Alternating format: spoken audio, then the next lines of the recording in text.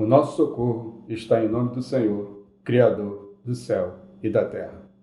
Boa noite, amada igreja. Boa noite, meu irmão, minha irmã, que nos assiste em mais um culto.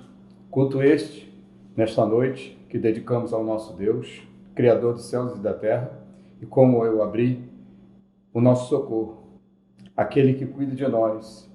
A Ele toda a honra, toda a glória, todo o louvor, a Ele é que dedicamos este culto.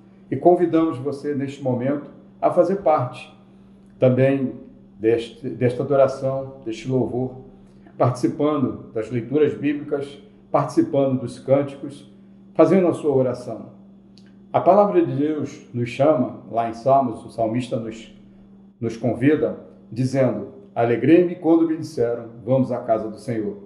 Ainda não estamos podendo, de uma forma na sua totalidade, ou seja, já podemos estar indo à igreja, e o qual, se você quiser participar dos cultos matutinos, dos domingos, e em breve também estaremos voltando os cultos vespertinos, mas neste momento ainda estamos fazendo de forma digital. Basta entrar no site da igreja, se inscrever, para você poder participar presencialmente dos nossos cultos, que também são transmitidos, mas que em breve temos a certeza que essas restrições de quantidade, de números de pessoas vão ser liberadas e poderemos voltar novamente a estarmos todos juntos, nos confraternizando, podendo participar de cada momento do culto presencialmente.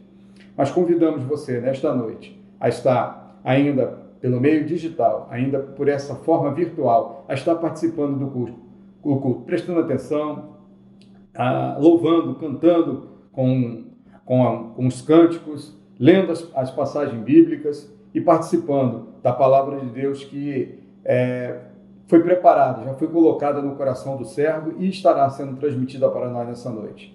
Vamos então estar orando, pedindo a Deus que conduza e receba dos altos céus esse culto, que é único e exclusivamente para Ele.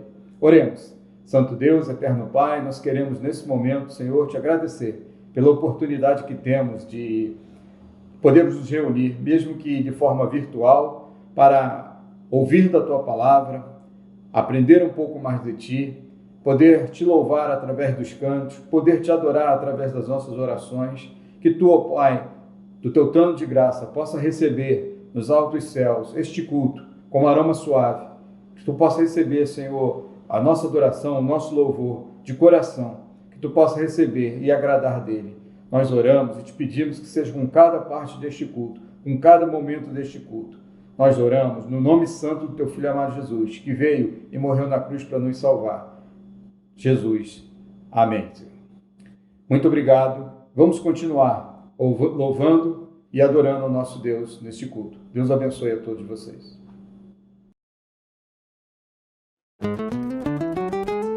Foi pra liberdade que Cristo me libertou. Foi pra liberdade que Cristo me libertou. Agora posso viver com prazer a emoção incontida de ter suas mãos em minha vida, de ter a vida cativa, de viver em plena alegria, desfrutar da companhia do meu irmão.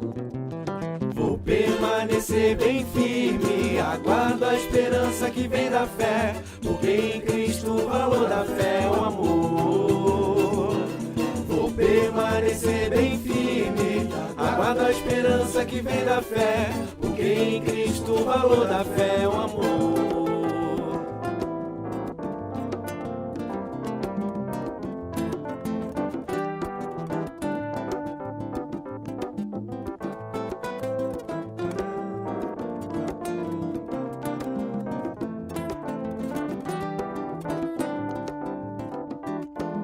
Quero viver de novo a desilusão de me ver submetido à escravidão. Acima do meu pecar tenho a esperança em Cristo, por saber que nele eu existo. Então tenho a liberdade, prefiro escolher a verdade, a dar uma chance pra carne em sofreguidão. Vou permanecer bem firme, aguardo a esperança que vem da fé, porque em Cristo o valor da fé é o amor. Vou permanecer bem firme, aguardo a esperança que vem da fé, porque em Cristo o valor da fé é o amor. Vou permanecer bem firme, aguardo a esperança que vem da fé, porque em Cristo o valor da fé é o amor. Vou permanecer bem firme, aguardo a esperança que vem da fé, porque em Cristo o valor da fé é o amor.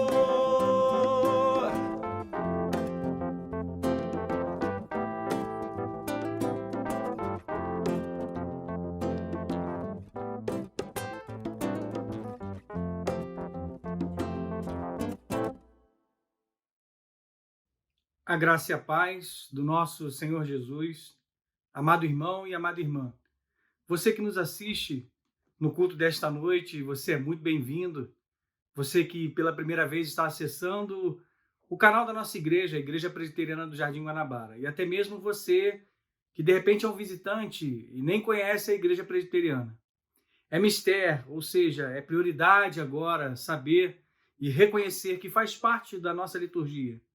Faz parte do nosso culto ao Senhor, ou seja, o serviço que prestamos a Ele, a adoração, quando também, dentro dessa liturgia, confessamos as nossas falhas, confessamos os nossos erros, aquilo que, na verdade, a Bíblia chama de pecado, e os pecados devem ser nominados.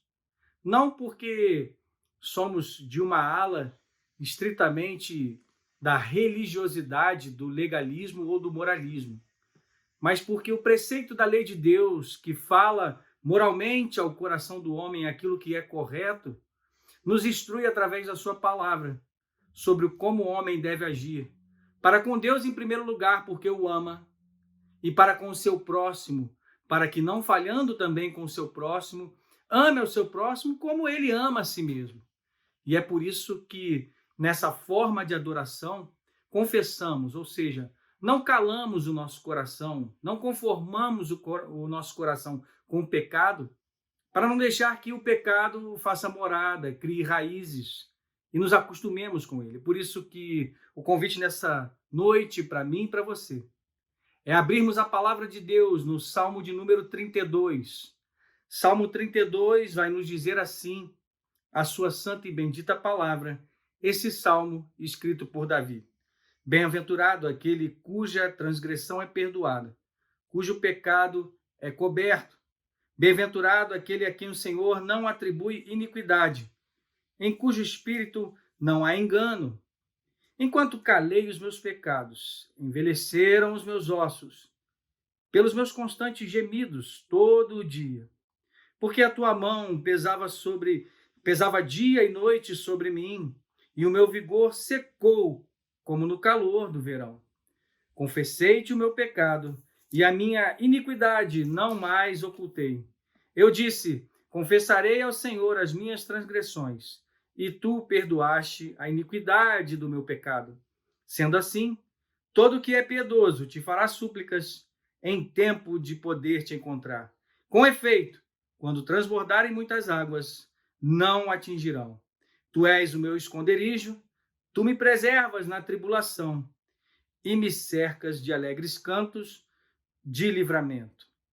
Essa é a palavra do Senhor, onde lemos ali até o versículo 7. Por isso, meu amado irmão e minha irmã, esse texto fala sobre a verdadeira felicidade. A verdadeira felicidade é descansarmos nos braços de Deus.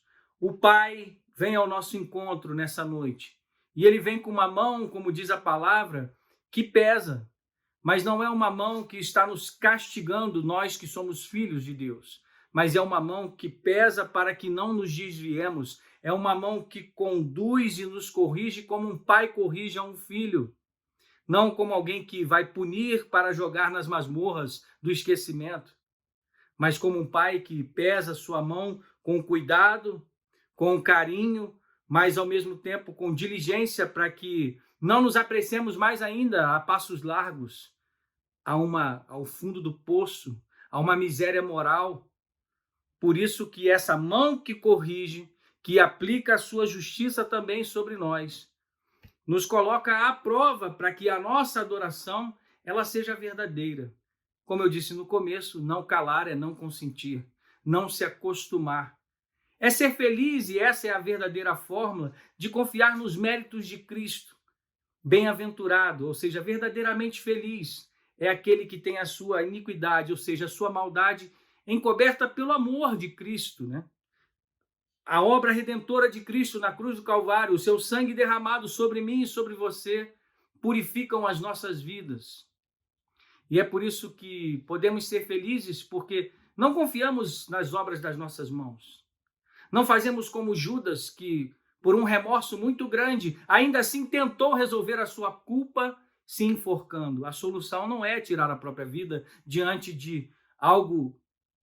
E não existe impossível para Deus. E por muitas vezes que possamos pensar que algo seja impossível de ser perdoado, Deus perdoa todos os pecados. E Deus joga no mar do esquecimento. E como disse Charles Spurgeon, ele coloca uma placa ali dizendo: é proibido pescar, porque nenhuma acusação há para aqueles que estão em Cristo Jesus. Por isso, meu amado irmão e minha irmã, de coração, entregue a sua vida ao Senhor. Peça perdão e diga: Senhor, muitas vezes erramos o alvo, mas nós confiamos em Cristo, por isso somos felizes e podemos continuar a nossa adoração nessa noite, entregando toda a nossa vida ao Senhor. Você quer orar comigo nessa hora? Por isso, se for possível, onde você estiver aí, na sua sala, ou se você está em algum movimento agora, pare tudo, se aquiete diante do Senhor. Esse culto que já está acontecendo é devido e é solene. Por isso, ainda assim há tempo. Convide sua família para daqui a pouco ouvir a palavra. Mas é importante que de mãos dadas, até mesmo com quem está do nosso lado aqui nessa sala, na sua casa, onde você estiver, haja perdão, haja amor, haja misericórdia e graça da parte do Senhor Jesus. Por isso, ore comigo nessa hora, feche seus olhos e vamos clamar ao Deus de todo perdão. Senhor Deus, nosso Pai, nós te amamos. E nessa manhã nessa noite nós queremos apresentar mãos limpas, corações purificados, e que as palavras dos nossos lábios, elas reflitam de um coração verdadeiramente arrependido, coadunados com a atitude correta de confiar no Senhor, o Deus perdoador, que nos fará o povo mais feliz da terra. Não pelos nossos méritos, não por nossas obras, mas a glória toda ao teu nome, a justiça toda pertence ao Senhor, mas pesa, Senhor, com essa mão de Pai bondoso, corrigindo, nos trazendo de volta sempre para o caminho, sempre para o alvo que é Cristo Jesus. Mas confessamos que muitas vezes erramos o alvo e pedimos perdão nessa noite. Por isso, contempla o coração de cada irmão meu aqui.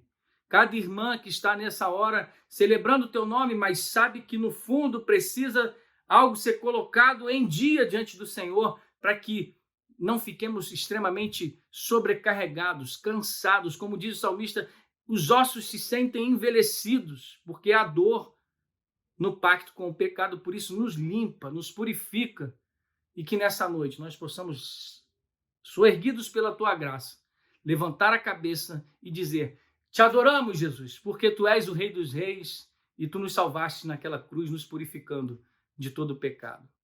Por isso, eu declaro, Senhor, em nome de Jesus, como ministro do teu evangelho, que haja misericórdia nos lares, que haja entendimento, que haja perdão, que haja amor, que haja sabedoria, que haja tratamento igualitário entre os filhos, entre cônjuges, Senhor, e que haja paz em cada lar, para que o pecado não faça domínio, para que o inimigo não se levante para acusar, mas que o teu povo esteja limpo pelo Senhor para te adorar.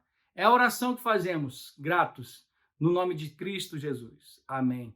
Deus abençoe a sua vida. Continuemos a louvar ao Senhor.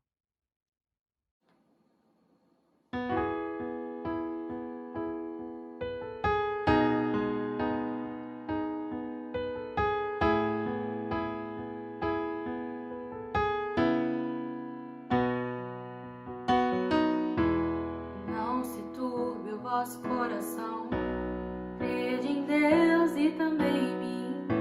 Na casa de meu pai há muitas moradas.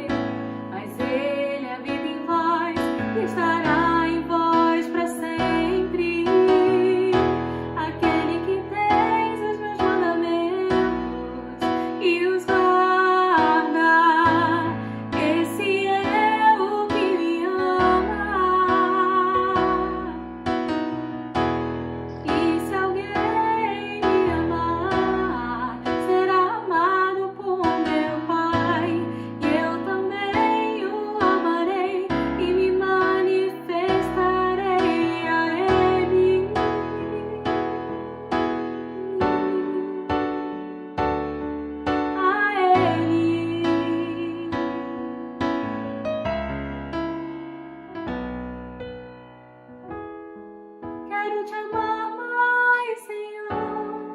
Quero te amar mais, Senhor. Repita na sua casa agora. Nós queremos te amar, Senhor. Nós queremos te amar. Quero te amar mais, Senhor. Quero te amar mais, Senhor. Queremos sim.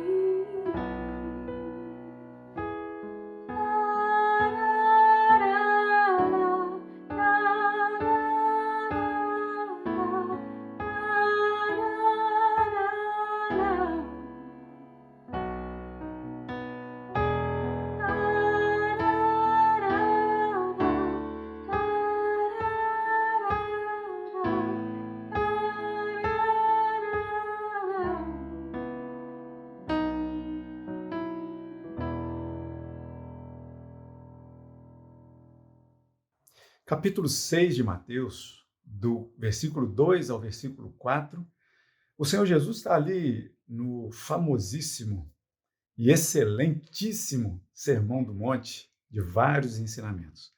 Dentre eles, temos ali uma pequena passagem, esse pequeno trecho, que fala justamente de como se deve dar esmolas. E, logicamente, que nós, quando falamos na Igreja Reformada, a gente não está falando exatamente de esmolas, como o texto lá diz naquela circunstância e naquele contexto. Mas a gente fala de dízimos e ofertas. Mas lá naquele contexto, lá do passado, o Senhor Jesus chama de hipócritas aqueles que, ao darem a esmola, eles fazem algum sinal, fazem algum barulho, com o intuito de serem vistos pelos homens. E o texto é bem claro, dizendo o seguinte: com o intuito de serem dignificados, glorificados, aplaudidos pelos homens. Mas, ao contrário, o Senhor Jesus nos ensina, dizendo que o que a nossa mão direita faz, que a esquerda não saiba o que a direita fez. Ou seja, o que o Senhor Jesus ele finaliza ainda esse trecho dizendo é o seguinte: se você quer dar oferta, se você quer dar o seu dízimo, dê de coração, tranquilo, sem fazer alarde. Não precisa dizer quanto você dá, nada. Dê o que o seu coração indicar para dar. E aí, você faça como o Senhor Jesus finaliza tão bem esse trecho, dizendo o seguinte: que você deve ofertar de coração, sem alarde, porque o Senhor, que nos vê em secreto, nos recompensará. E aí a gente vai pensar o seguinte: opa, o Senhor vai nos recompensar com alguma coisa? Olha, eu já te digo o seguinte, de antemão, o Senhor já nos deu e nos dá muito mais do que nós merecemos. É ou não é verdade? Então, ao dar o nosso dízimo e a nossa oferta, não é para ficar esperando alguma coisa do Senhor. Dê de coração. Porque o que o Senhor fez, faz e fará, a obra das suas mãos é excelente. Não precisamos querer mais nada. O Senhor nos dá muito mais do que nós precisamos ou pedimos. Não é verdade? Então, vamos orar nessa hora, consagrando ao Senhor os dízimos e ofertas trazidos à sua casa? Senhor, nosso Deus bendito e amado Pai, Senhor da nossa vida, te damos graças por poder participar deste momento, trazendo os dízimos e as ofertas à tua casa. Louvamos ao Senhor por cada centavo que foi depositado ou transferido na conta da igreja. Louvamos ao Senhor porque o Senhor é o dono de tudo, Senhor de tudo. E a gente pede, inclusive, ao Senhor que nos ajude o tempo inteiro a administrar aquilo que nos tem chegado. E que tudo seja para honrar e glorificar o seu santo e bendito nome. É a oração que fazemos em nome de Cristo, o nosso Senhor. Amém. Que Deus assim te abençoe. Olá, amada igreja. Este chegou o momento onde iremos compartilhar a palavra do Senhor, agradecendo a Deus por esse privilégio e rogando ao Espírito Santo que nos dê a iluminação necessária e que, da mesma forma que foi com o pregador na hora de preparar a mensagem, que o Espírito Santo prepare os nossos corações para recebermos a palavra de Deus. Vamos orar? Santo Deus e eterno Pai, nós te agradecemos, Senhor, por podermos estar aqui compartilhando da tua palavra. compartilhando, Senhor, pelo Teu Espírito Santo, a possibilidade de aprendermos mais de Ti. Agradecendo, Senhor, o sacrifício de Cristo Jesus, reconhecendo a Sua soberania sobre as nossas vidas, reconhecendo a Deus como Criador dos céus e da terra, e sabendo que dele podemos, nesse momento, aprender, por causa da sua misericórdia sobre as nossas vidas. E é por isso, Senhor, que nós te agradecemos por esse momento, onde o nosso coração se abre, se prepara para podermos aprender de ti. Pai amado, da mesma forma que tu foste com teu servo, se conosco nesse momento, para que possamos, Pai, iluminados pelo teu Espírito Santo, estarmos preparados para receber a tua palavra. E que a tua palavra, Senhor, se cumpra em nossas vidas com o seu objetivo, com a sua vontade. Pai amado, nós queremos te agradecer pela vida do pregador dessa noite, agradecendo ao Senhor por ele, por sua família e rogando ao Pai as tuas bênçãos sobre a sua vida e ministério. Nós te agradecemos por todas as coisas, fiados no nome santo do teu Filho Jesus. Amém, Senhor. Graça e paz, amada Igreja do Jardim. Bom estar aqui com você, partilhar da palavra do Senhor. Nesse nosso culto da noite, eu estou gravando essa mensagem de manhã, mas é muito bom a gente estar aqui junto para poder ouvir do Senhor, para poder meditar na sua palavra. E o texto que Deus trouxe ao meu coração nessa semana, para a gente conversar aqui, é, sem sombra de dúvidas, o texto mais famoso, junto com a oração que o Senhor Jesus nos ensina. Certamente é o texto mais famoso de toda a Bíblia.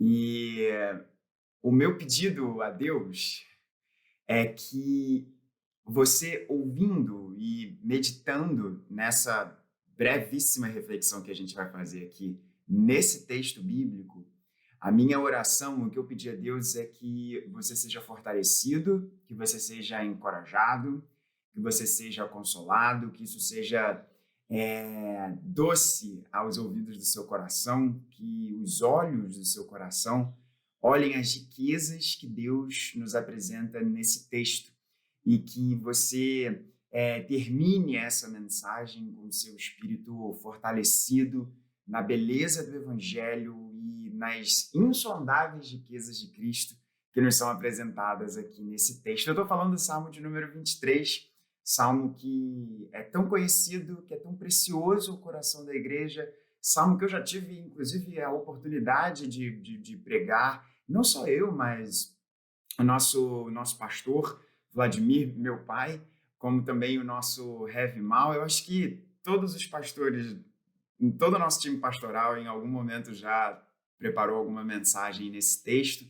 E eu quero mais uma vez trazer o seu coração a ele e lembrar a você que é crente, dessas realidades. E se você está nos acompanhando nessa mensagem e ainda não entregou o seu coração a Jesus, que você, ouvindo isso, que Deus seja servido de levar o seu coração a ele.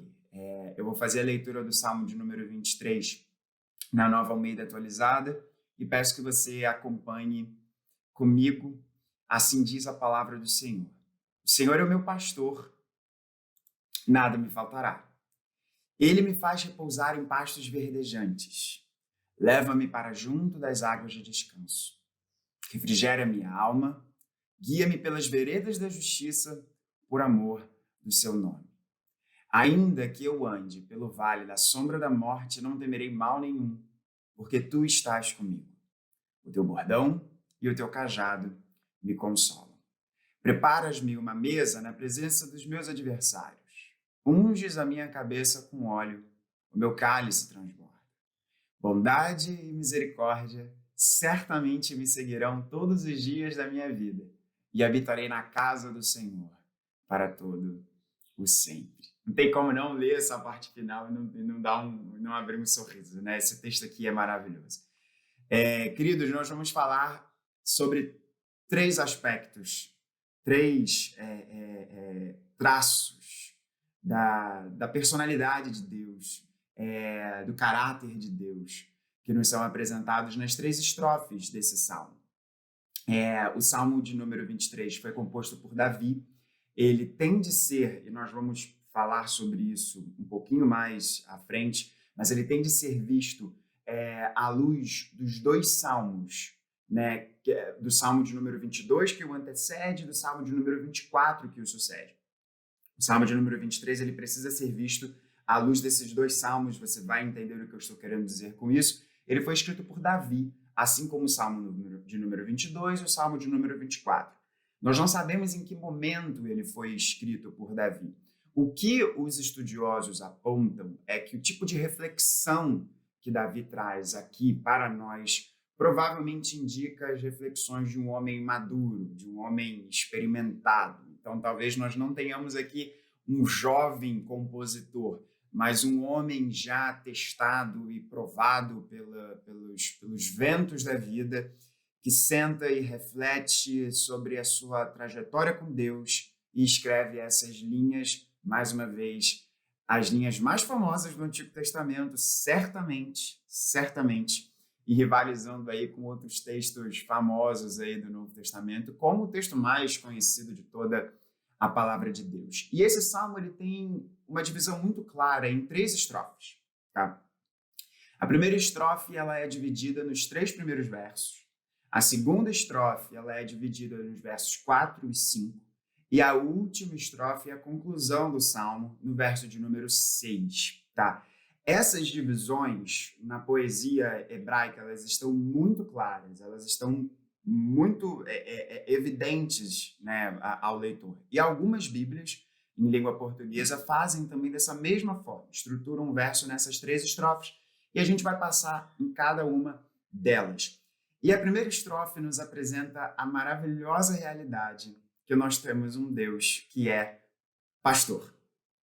Olha só o que diz o verso de número 1, e o verso de número 1 já é retumbante no seu significado. Davi escreve: Adonai, o Senhor, é o meu pastor.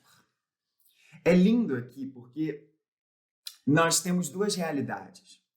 Não apenas o fato de o grande Adonai, o grande Senhor do universo, o Criador de todas as coisas, o mantenedor de todas as coisas, aquele diante de quem toda a criação se perfila, aquele diante de quem não há qualquer outro igual.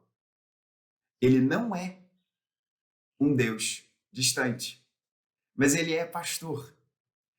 Isso, irmãos, isso é maravilhoso demais, porque nós precisamos lembrar que não apenas Davi havia sido pastor na sua juventude, mas o pastor, ele não era visto com glórias, com poder, com honra diante da sociedade. O pastor era alguém dentro da cultura judaica, alguém simplório, alguém que não gozava das expressões de louvor e das posições altas na sociedade. É interessante porque, por exemplo, nós temos o profeta Amós, que ele fala que talvez a sua mensagem não fosse ser recebida porque ele era pastor, né? Porque ele era um boiadeiro.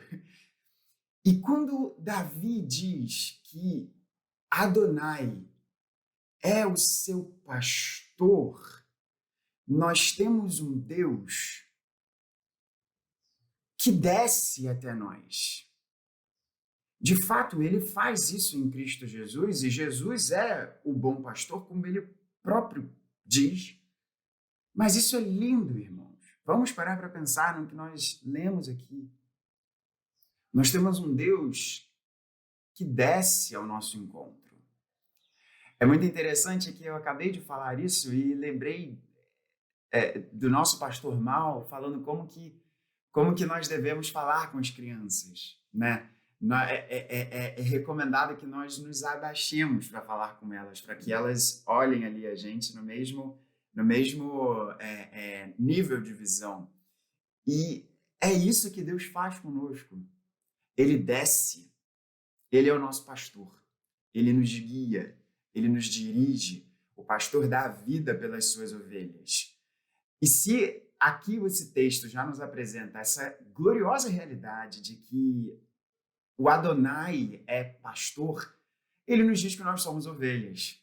É a consequência natural disso, né? Se ele é pastor, nós somos ovelhas, né? E nós somos as suas ovelhas. Nós somos as suas ovelhas. Nós somos o objeto da preocupação, da dedicação, do amor, do cuidado de Deus. Não apenas ele é pastor, mas nós somos as suas ovelhas. Adonai não é pastor de outras ovelhas, ele é pastor da sua vida. Deus, ele é pastor da sua vida. E a consequência disso é que nada nos faltará. A tradução aqui está perfeita, perfeita. Porque quando ele diz nada nos faltará, quando os tradutores aqui da SBB colocaram nada nos faltará, eles estão fazendo a tradução de fato do que Davi está querendo dizer aqui. Algumas outras traduções, algumas outras versões colocam que nós não iremos querer outras coisas. Inclusive, as versões em inglês, basicamente todas elas falam I shall not want, né? Eu não vou querer, eu não vou desejar, mas não é bem isso que o texto está dizendo. Aqui, a ideia de Davi é: eu tenho tudo em Deus. O meu coração não vai desejar algo no sentido de me completar, no sentido de trazer sentido para a minha vida, porque isso eu já encontrei no meu pastor. Por isso que a tradução está perfeita, nada me faltará. Quando nós temos o Senhor como nosso pastor, nós não precisamos de mais nada. Por que nós não precisamos de mais nada? Porque Ele é o nosso pastor e Ele supre as nossas necessidades. Ele sabe, eu quero falar isso aqui, eu estou olhando para a câmera do meu computador, mas eu peço a Deus que você entenda que eu estou falando isso aqui olhando para você. Você não precisa buscar nada fora dos pastos de Jesus. Você não precisa buscar nada fora dos pastos de Jesus. Inclusive, o próprio Senhor Jesus, e aí a gente vê aqui no verso de número 2, né? Ele me faz repousar em pastos verdejantes. É interessante que Jesus ecoa esses versos de Davi quando ele diz lá em João 10, eu sou o bom pastor, eu sou a porta das ovelhas, e aqueles que entrarem por mim, eles vão achar pasto. Os pastos da graça, esses pastos suprem todas as nossas necessidades. E eu falo isso olhando para os olhos do teu coração. Você não precisa buscar nada fora desses pastos. Nada fora desses pastos. Porque não apenas ele nos dá pastagem, nós que somos as suas ovelhas, como ele também nos leva para junto das águas de descanso. O próprio Senhor Jesus disse, e no Evangelho de João também, em João 10 ele fala que nós encontraremos pasto, mas em João 4 ele fala para aquela nossa irmã samaritana, ele fala para ela, eu sou a água da vida. Eu sou a água da vida. Aquele que beber da água que eu der, ele nunca mais terá sede. E você que é crente, você sabe do que eu estou dizendo. Nós fomos criados com uma fome, com uma sede que a água desse mundo não irá conseguir saciar. A comida desse mundo não vai conseguir saciar. Apenas os pastos e as águas para as quais Deus nos leva por meio do seu Filho, Jesus. E isso é lindo, irmãos. O primeiro ponto aqui é que o Senhor, o Criador dos céus e da terra, Ele é pastor.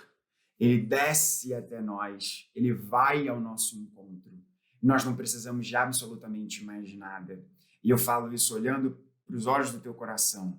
Nós precisamos lembrar aos nossos desejos, às nossas paixões, às nossas vontades, que nós não precisamos de mais nada, além do que o pasto que o bom pastor nos dá e as águas de descanso daquele que é a água da vida. Essas águas que nós somos levados pelo nosso bom pastor. A segunda estrofe nos é apresentada nos versos de número 4 e 5. E aqui a gente tem uma mudança muito interessante que vai caracterizar o início e o fim dessa estrofe. E mais uma vez, irmãos, você já ouviu isso várias vezes e de fato eu pedi isso a Deus, que essas realidades sejam lembradas no seu coração e que você fique encorajado e consolado por elas. Nessa estrofe, a gente tem uma mudança de pronome, a gente tem uma mudança de tratamento. Se nos versos 1, 2 e 3, nós vemos Davi dizendo ele, aqui nos versos 4 e 5, nós temos uma mudança para você, para tu, né? A gente sai da terceira pessoa e vai para a segunda. Nessa estrofe, Davi diz: ainda que eu ande pelo vale da sombra da morte, não temerei mal nenhum, porque tu estás comigo. O teu bordão, o teu cajado me consolam. Preparas-me uma mesa na presença dos meus adversários. Tu unges, né? Não está aqui colocado, mas é esse o pronome. Tu unges a minha cabeça com óleo, o meu cálice transborda.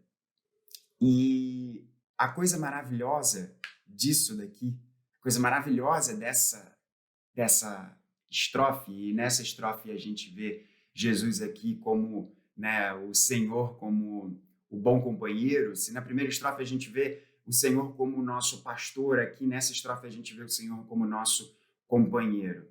Presta atenção numa coisa. Ainda nos apresenta algo que pode acontecer. Ainda nos apresenta uma realidade que ela não é 100% certa de acontecer. Mas sabe o que é certo, o que não vai mudar, é que Deus estará conosco. Ainda que eu ande pelo vale da sombra da morte, isso pode acontecer em diferentes momentos da sua vida. Pode ser que agora você não esteja passando por esse vale. Pode ser que amanhã você passe por um mais severo ou menos severo do que algo que você já tenha passado na sua vida antes. Nós não sabemos isso. Mas existe uma certeza. A certeza que Ele está conosco. Essa é uma certeza inabalável. Essa é uma certeza inabalável. Eu fiquei pensando, por conta de uma mensagem que eu preparei, um convite de uma outra igreja, sobre a beleza da nossa união com Cristo e a beleza de nós estarmos em Cristo. Aquilo que Paulo nos apresenta nas suas cartas, principalmente aí Efésios, Colossenses, Filipenses. E essa realidade de nós estarmos em Cristo é a realidade que nunca irá mudar. Nós não sabemos para onde os nossos pés irão nos levar daqui a dias, meses, anos, décadas, zilhões de anos. Mas os nossos pés estarão firmados em Cristo. Essa é uma realidade inabalável. E aqui o que Davi nos diz é: ainda que isso aconteça, ainda que eu ande pelo vale da sombra da morte, eu não temerei mal nenhum, porque tu estás comigo. E eu quero dizer isso a você. Eu quero dizer isso a você da mesma forma que eu falei no ponto 1, que você não precisa de mais nada além do que os pastos do bom pastor. Eu quero dizer isso para você, olhando para os olhos do seu coração. Deus está com você. É simples isso, mas a gente precisa ser lembrado. E às vezes a gente precisa que outras pessoas nos lembrem disso. Deus está com você. O bom pastor também é o seu companheiro. E o bordão e o cajado nos apresentam aqui um instrumento de guiar o caminho, que o pastor utiliza para guiar o caminho, mas também um instrumento de defesa. Ele nos protege. Ele está ali com a gente, né? E você sabe o que é isso? Nos momentos de dificuldade, nos momentos de dor, esses vales nos aproximam de Deus. E existe toda uma didática dos vales, a didática dos vales da sombra da morte, para que Deus seja servido de, nesses vales, trazer o nosso coração mais para perto dele. E você sabe do que eu estou dizendo. O problema é quando nós desperdiçamos esses vales. O problema é quando nós desperdiçamos esses desertos. Não desperdice isso. Não desperdice isso.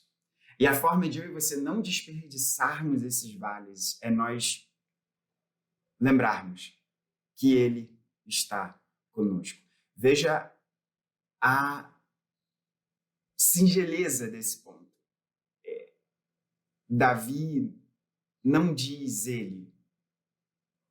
Davi diz você. Você está comigo. Você está ali comigo. E isso só é real. Isso só é real. Isso só foi conquistado pra gente. Porque Jesus não enfrentou um vale escuro como a sombra da morte, como algumas traduções colocam. Mas ele enfrentou, de fato, a própria morte.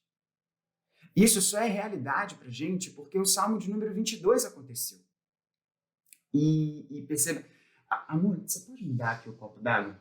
Participação especial aqui durante o sermão, com água aqui, falando da crucificação de Jesus. Pegue aqui, amor, o copo, por favor. E o nosso Senhor Jesus teve sede, né? Obrigado. E isso só aconteceu, essa realidade para nós só é segura porque o Salmo de número 22 aconteceu. E o que nos diz o Salmo de número 22? Deus meu, por que me desamparaste? No Salmo de número 22, quando Jesus recita o Salmo de número 22, ele está ali cumprindo a profecia messiânica que o Salmo de número 22 nos apresenta, mas ele está também nos dizendo que ele está sendo desamparado pelo Pai para que eu e você, no momento do vale escuro como a sombra da morte, a gente não seja desamparado. O Filho foi deixado desamparado por conta da realidade do pecado. Ali ele, sendo o nosso substituto, ele ali sendo o nosso vigário, a substituição vicária, essa doutrina maravilhosa da substituição vicária de Cristo Jesus, ele não é nenhum papa, é ele e somente ele, sendo o nosso substituto, para que você não seja abandonado por Deus. Percebe? E esse é um ponto importante, esse é um ponto pastoral muito importante para você entender. Deus desamparou o seu filho para que você não seja abandonado. Nunca você vai ser abandonado por Deus, porque isso já aconteceu, ainda que você seja desobediente a Ele. Presta atenção nisso. Presta atenção nisso. A consequência da sua desobediência, a consequência do seu pecado foi sofrida por Cristo Jesus. E se Deus trouxesse isso de novo na sua vida, Deus estaria sendo injusto, porque Ele puniu o seu filho para que você não seja punido, para que você não seja desamparado, para que você não seja abandonado. Por isso, Davi podia dizer, no vale escuro da sombra da morte, tu estás comigo. E Deus está com você, presente ali do seu lado, com o seu bordão e com o seu cajado.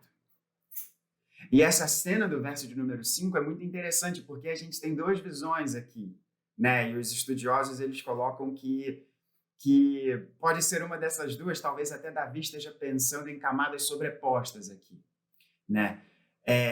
Davi, o pastor, guerreiro, rei de Israel, sabia que nas suas batalhas eram preparadas depois, e esse era um costume do mundo antigo, enquanto eu bebo a minha água aqui. A água trazida pela esposa tem um gosto diferente, né? Depois das batalhas, o rei vencedor era preparado ao rei vencedor um banquete, justamente diante daqueles que ele tinha vencido. Então, o contexto aqui, talvez, dessa cena seja uma cena em que Deus deu a vitória e essa vitória agora é testemunhada diante de um banquete preparado justamente diante daqueles a quem o rei havia vencido, né? Por intermédio de Deus, que concedeu a vitória a ele. E esse ponto de ungir a cabeça com óleo era um símbolo de valor, era um símbolo de expressão do poder, da riqueza, da dignidade, do valor dessa pessoa. E isso era feito com um rei, né? E esse símbolo do cálice transbordando, né? O vinho que era colocado no cálice do rei, o cálice quando transbordava era um sinal de prosperidade, né? Então isso tanto acontecia quando o rei vencia batalhas, quando também acontecia nas cerimônias de coroação, né? E aí aqui Davi pode, e eu acredito, eu concordo com alguns desses comentaristas que Davi aqui, provavelmente refletindo no final da sua vida, estava falando sobre essas duas visões, né? Porque na coroação o cálice era colocado, né? O vinho era colocado no cálice do rei, o vinho, o melhor vinho da nação, e esse cálice transbordava para justamente ser um sinal diante das pessoas de que o Senhor, né? O Adonai é um Deus generoso e que faz com que a sua prosperidade seja abundante, né? O cálice transbordante do rei de Israel. E o óleo colocado sobre a cabeça do rei de Israel para mostrar que o Filho de Deus, que era um título dos reis de Israel, o Filho de Deus ali estava sendo dignificado diante de toda a nação. E é lindo porque essa visão de coroação, ela é aplicada a todos os crentes. Não apenas ao rei de Israel, mas quando Davi escreve isso nesse salmo, ele está dizendo a mim, ele está dizendo isso para você. Nós que não somos reis, mas no Evangelho, nós somos chamados para que a gente tome assento junto aos príncipes de Israel. A nossa dignidade, e isso é interessante, a nossa dignidade, ela não é extraída do valor das coisas mundanas, mas por mais simples que seja a sua história, ou por mais próspera que ela seja, né? O que eu e você temos em comum é que o nosso pastor companheiro, ele está conosco, ainda que a gente esteja sentado numa mesa com os nossos adversários, que ele mesmo prepara para nós, ou que nós sejamos coroados por meio do favor de Deus. E para a gente fechar aqui essa terceira estrofe, que agora muda, né? Então, nós temos essa mudança de pronome nos versos 4 e 5, né? O tu nos é apresentado aqui, a proximidade de Deus para a gente, e agora a gente tem de novo essa mudança voltando, né, pro pronome na terceira pessoa, que é apresentada na primeira estrofe, no verso de número 6. Bondade e misericórdia certamente me seguirão todos os dias da minha vida, e habitarei na casa do Senhor para todo sempre. E aqui, se na primeira estrofe a gente vê Deus, né, o Adonai, o Senhor Todo-Poderoso, como nosso pastor, na segunda estrofe a gente vê esse pastor, que também é companheiro. No verso de número 6, concluindo esse salmo, a gente vê o pastor companheiro, que é o grande anfitrião. E é lindo porque Davi diz aqui, bondade e misericórdia certamente me seguirão todos os dias. E uma coisa que o nosso pastor, o meu pai, sempre gosta de lembrar nesse verso, e eu tenho certeza que ele já deve ter pensado nisso vendo essa mensagem aqui, é que me seguirão. É muito interessante, porque no seminário eu fiz uma exegese um pouco mais detida nessa expressão aqui que Davi utiliza, e esse me seguirão, o verbo que está aqui colocado, ele é apresentado em outras passagens do Antigo Testamento. E é muito interessante porque em todas as passagens do Antigo Testamento em que esse mesmo verbo é utilizado, que aqui está traduzido como me seguirão, eu entendo o pessoal, os tradutores, porque talvez a tradução, se fosse ser mais ao pé da letra, o que Davi estava querendo dizer aqui, talvez fosse ficar um pouco estranho para traduzir, mas aí a gente vai e explica. Esse é o nosso papel como pastores, como estudantes da palavra de Deus. Esse verbo, ele é utilizado em todos os outros contextos do Antigo Testamento como uma perseguição. Tem até um texto muito interessante, que eu não me recordo agora se está no livro das Crônicas ou no livro dos Reis, que esse verbo é usado quando nós temos verdadeiramente uma perseguição acontecendo. O que Davi está querendo dizer aqui é que a ilustração é a seguinte: imagina que bondade e misericórdia são dois guerreiros de Deus, que Deus leva para perseguir você. Só que o mais lindo é que eles não perseguem você para te atacar, mas eles perseguem você para trazer bênção na sua vida. Ou seja, a gente pode ir para longe, mas a bondade e a misericórdia de Deus vão nos perseguir. Elas vão até o nosso encontro. Elas vão, por mais perto ou distante que o nosso coração possa achar que está diante de Deus, a bondade e a sua misericórdia vão nos seguir todos os dias da nossa vida. Todos os dias da nossa vida. E sabe o que o texto está aqui nos ensinando? Quando ela fala que são todos? É porque é isso, são todos. Não tem mistério. Todos os dias da nossa vida, Deus vai lançar a sua bondade e a sua misericórdia. É como se Deus estivesse dizendo aos seus servos: bondade e misericórdia, vão e persigam esse meu filho, persigam essa minha filha. E nós habitaremos na casa do Senhor para todo sempre. Esse mesmo Davi, no Salmo de número 27, ele faz um pedido, que eu pensei muito sobre esse pedido quando eu fiz aniversário aí, recentemente. Ele fala que uma coisa ele pede ao Senhor e a buscará: que ele possa habitar na casa do Senhor todos os dias da sua vida para contemplar a beleza do Senhor no seu templo. A gente tem esse Deus anfitrião aqui. E se a estrofe 2 nos conecta com o Salmo de número 22, essa estrofe 3 nos conecta com o Salmo de número 24. Por que que Deus é o nosso anfitrião? Porque os portais celestiais do Salmo de número 24 foram abertos para que o Rei da Glória entre. Levantem, ó portas, levantem portais eternos para que entre o Rei da Glória. Quem é o Rei da Glória? O Rei da Glória é o Senhor poderoso das batalhas, o Senhor dos exércitos. E o Senhor dos exércitos venceu para que você habite na casa do Senhor, para que a bondade e a misericórdia do Senhor persigam você todos os dias da sua vida. O Senhor dos exércitos enfrentou o inimigo que eu e você não poderíamos enfrentar. Ele enfrentou a morte. E agora Paulo, em 1 Coríntios 15, nos lembra: onde está a morte, a tua vitória? O canto de vitória dos crentes. Onde está a morte, a tua vitória? Onde está, ó morte, o aguilhão que perturba a nossa história, que perturba toda a humanidade ao longo de todos os tempos? Onde está isso? Foi vencido. A morte foi tragada pela vitória de Cristo Jesus.